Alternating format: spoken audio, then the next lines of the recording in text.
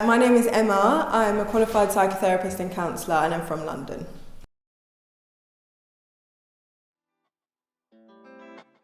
I got started in being a therapist through my own therapy journey. So about 10 years ago, I decided to see a therapist and I worked with her for a few years. It really helped. I got to a much better place, but I was feeling unfulfilled in my career and felt like it didn't really have much meaning and purpose, and was talking to my therapist about that, and she suggested if I'd be interested in training to be a therapist myself, which I was completely sort of gobsmacked by, because I never thought that I could do anything like that, and it had never even crossed my mind, especially as I thought, because I was in therapy myself, that I couldn't help anyone else. But often therapists have been in therapy or are still in therapy as well, and they see it as a part of their self-care. So it's never a bad thing if you're in therapy to look to being a therapist.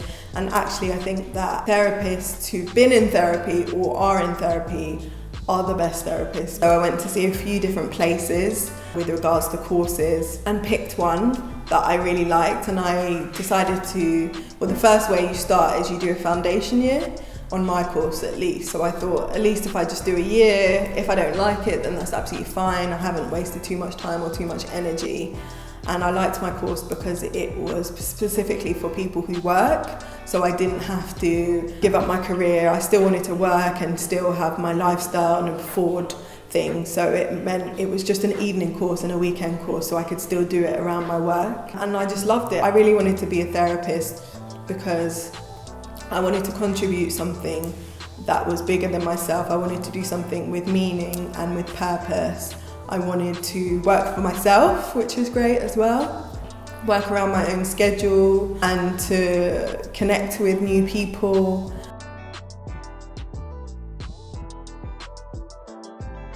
And there really isn't one way to look for a therapist. Most people look online, so there's lots of directories that you can search for a therapist according to your area or your preference, whether it's male or female, price rates, etc. You can Google and thousands of websites and things will come up. Also, Instagram's a good tool. Lots of therapists post on there and have their own pages. So yeah, there's lots of different ways, but I would recommend a directory because then you've got lots of options.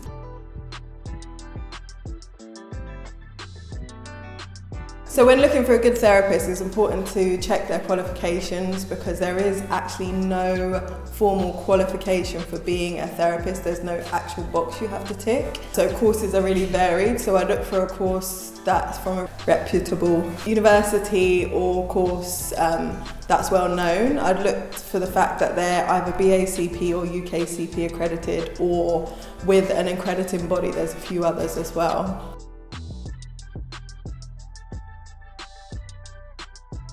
I think absolutely everyone should go to therapy. I think that it's a really good self-care tool, as well as, looking after your body and eating well. I think that it's a really good way of keeping your mind fresh and letting out whatever frustrations or even good things, being able to talk about the good things in your life, and having someone who's completely objective, who knows nothing about you, to support you, who's got your best interests at heart.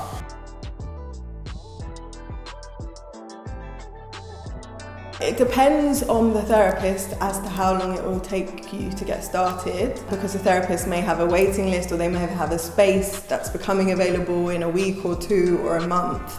So they'll normally let you know when the space that you've agreed will be open. Some may have a space that week and may be able to start working with you straight away. So it really just depends. But most therapists like to do some initial chat on the phone or in person or online or on Zoom first, before you kind of agree to doing the session, because they want to get a sense of you and if they're the right person to support you, and also it gives you a chance to get to know them, to get a sense of them and whether you think that they're the right person to support you.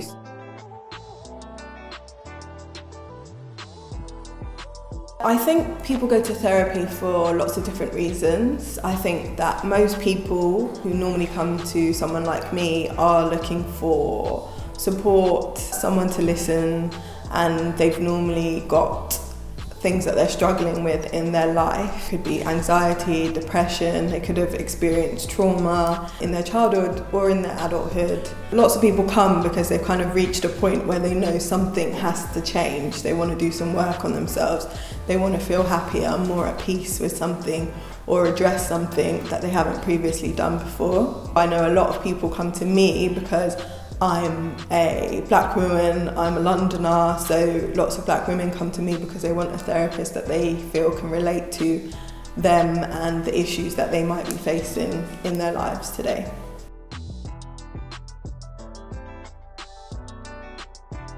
I wouldn't say there is a main type. I think that lots of therapists train in an integrative course, especially in London, so that means that they've studied a course where lots of different theories of psychotherapy have been taught, and so they kind of pull the various theories and methods to work with their clients. Most people know about CBT, which is a more sort of short-term symptom-based psychotherapy where you address things in the present. All the psychotherapy courses have their root in Freudians, which is psychodynamic, or probably an integrative course, but there's lots of other schools of thought as well. There's CBT, as I've mentioned, transpersonal, which is what I've trained in, there's humanistic, there's existential psychotherapy, so there are lots and lots of different schools of thought. There's not really one that I could say is the main type, but you'll probably hear a lot about CBT if you're doing sort of short-term work.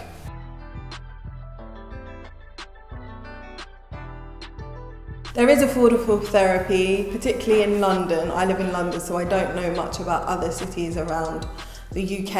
I think there's a few different ways you can approach it. There's charities that do low-cost therapy, so charities like Mind, or in your local area there'll be smaller charities. I sort of work and live in sort of North and Northwest London and West London, and there's charities like Help Counselling that are really great.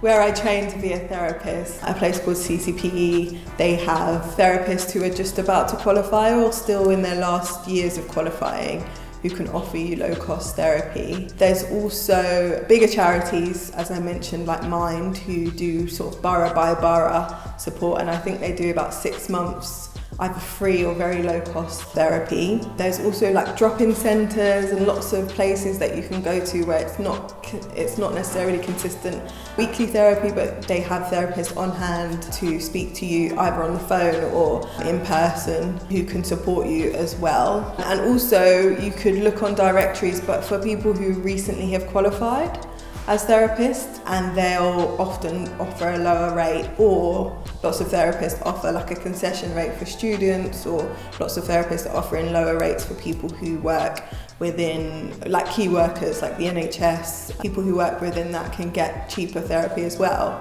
And there's also actual businesses that operate around London that offer affordable therapy in return for the therapist being a student. So students have to train, when they train, they have to get placement hours. Depending on the course, they'll have to get a certain amount of hours to qualify. There's lots of different businesses that sort of take on those students in those placements, give them their clients, and then in return, the client gets to pay like a low rate, like a £25 or £30 a week rate.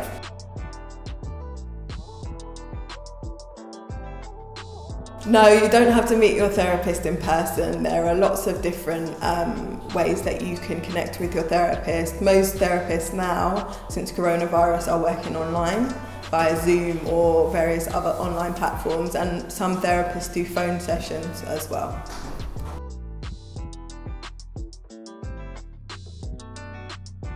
Therapy should always be discreet, as long as your therapist is professional and following a code of ethics according to their accrediting body. It should always be absolutely discreet.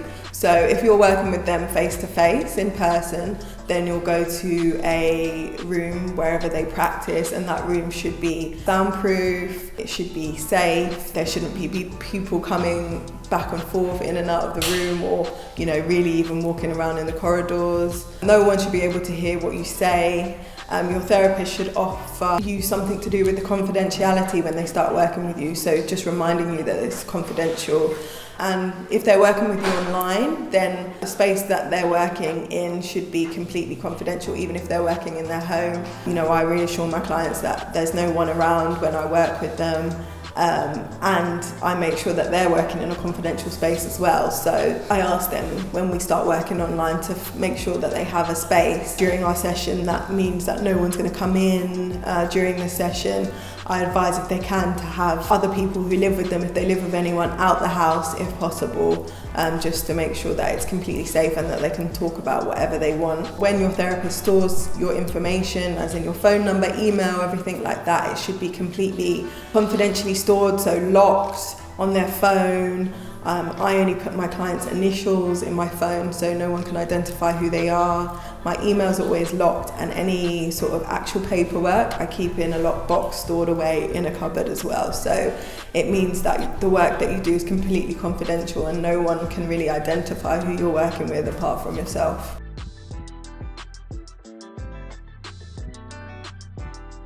I absolutely love being a therapist. I love that I'm my own boss.